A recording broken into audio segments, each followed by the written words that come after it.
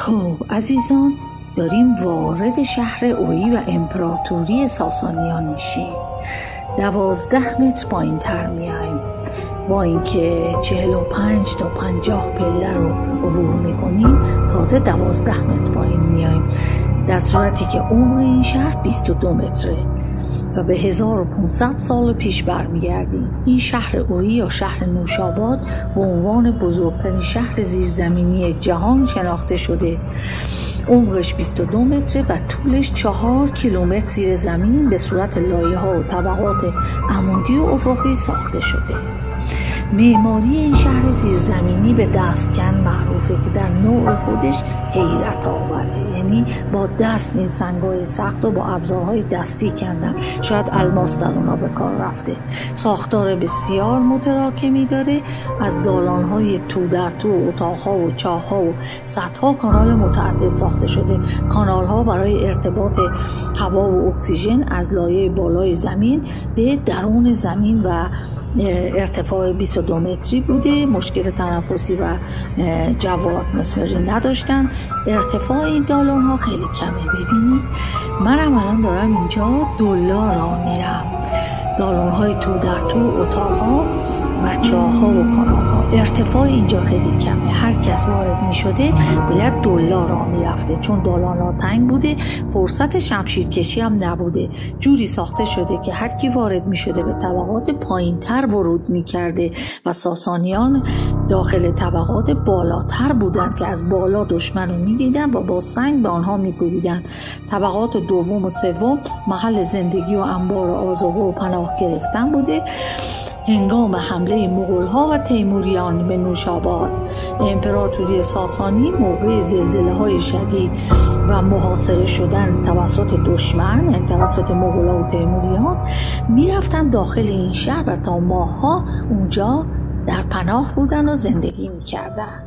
روشنایی داخل این دالون‌های تنگ و تاریک چراغ‌های پیه‌سوز بوده که روی دیوارها نصب بوده، جاشون هم هنوز هست و برای جلوگیری از دود روی اونها نمک می‌ریختن. این چاهی که اینجا می‌بینید همون چاهی است که اون شخصی که داشته چاه منزلشو به اصطلاح گود می‌کرده که به چاه برسه، از این حفره چاه پرت شده پایین و در تا آمدن و نجاتش دادن. این شهر زیرزمینی دوره ساسانیان در سال 1385 کشف شده.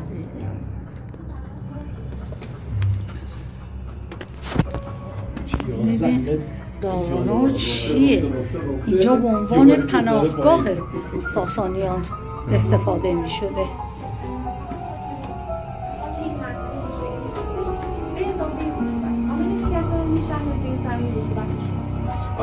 وقتی رطوبت رو داره یعنی اون استحکام اولیه رو داره.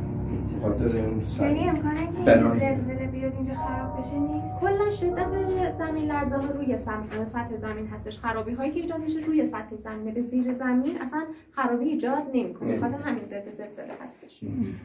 خب چاهی که توی مسیر دیدیم چاه محل اکتشاف هستش. تمامی کانال های شهر زیرزمینی به سمت پایین هستن. تنها چاهی که شما به سمت بالا میبینید همین چاه محل اکتشاف هستش که قضیه‌اش رو براتون گفتم. بله. جریان هوا داخل شهر اینم یک چاه دیگه است که باعث جریان هوا در شهر زیرزمینی میشه. براتون نشون بدم. ببینید چیه. این چاه 5 متر به سمت پایین، 15 متر افقی و 11 متر به سمت بالا میرسه به طبقه -1 و اکسیژن رو از طبقه -1 تامین. اینم آبانبار دوره ساسانیان بوده در زمان انوشیروان ساسانی، ابتدای اسلام، قبل از اسلام. ببینید چه خبر بوده. این آبانبار نوشاباد بزرگترین آبانبار شهر نوشاباد بوده و در دوره صفویه و قاجاریه هم از آن استفاده می شده. دیوارای این آب انبار رو با ملاتی به نام ساروج ساختن.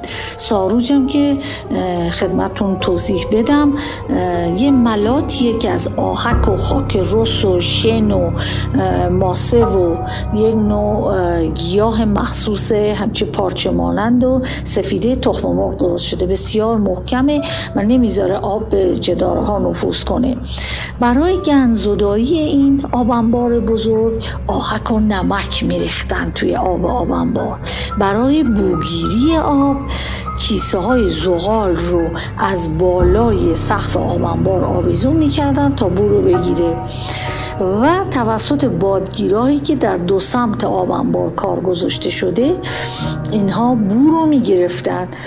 سقف گنبدی شکل به خاطر چی بوده؟ سقف آب انبار رو گنبدی شکل ساختن از آجرهای دو جداره و باز لابلای آجرها تمام این ساروج رو میمالیدن که محکم باشه و سقف گود آب انبار باعث می شده که جریان هوا داخل آب انبار اتفاق بیفته و سطح آب در داخل آب انبار یه حرکتی داشته باشه. ضمناً این که داخل خود آب انبار تاریک بوده به خاطری که در تاریکی میکروبا رشد نکنن. این از خصوصیات وضعیت معماری این آب انبار بوده که از دوره ساسانیان بوده. در دوره صفویه و قاجاریه هم استفاده میشه تا ورود آب لوله کشی به شهر نوشاباد. به کافه انوشه هم سر بزنید که با شربت‌های سنتی عالی و قهوه مخصوص از شما پذیرایی می‌کنند.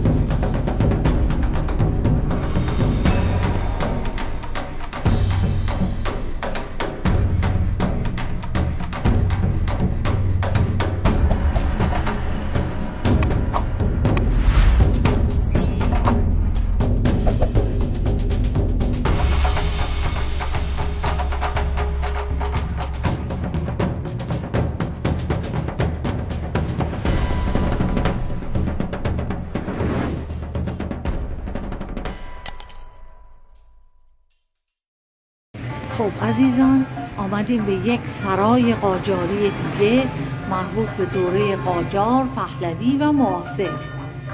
سرایی به نام ماندگار که الان هتل شده و فوق‌العاده پر استقبال و زیباست. گردشگران خارجی و ایرانی به اینجا میان، اقامت میگیرن. حیات بسیار زیبایی داره به سقف و شرشره آب.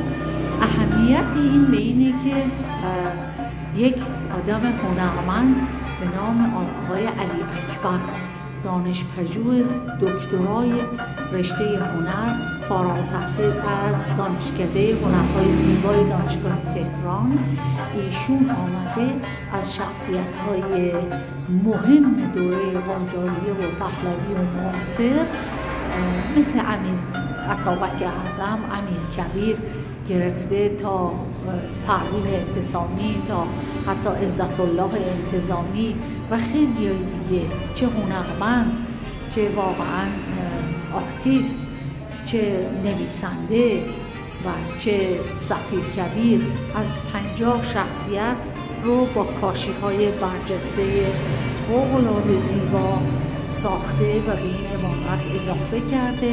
همونطور که می‌بینید شخصیت‌ها رو نگاه کنید، همه از فردوسی گرفته واقعا تا امیر عطابک اعظم، تا عزت الله انتظامی، تا پروین اعتصامی، خیلی هاتون کاشی‌های برجسته هستن.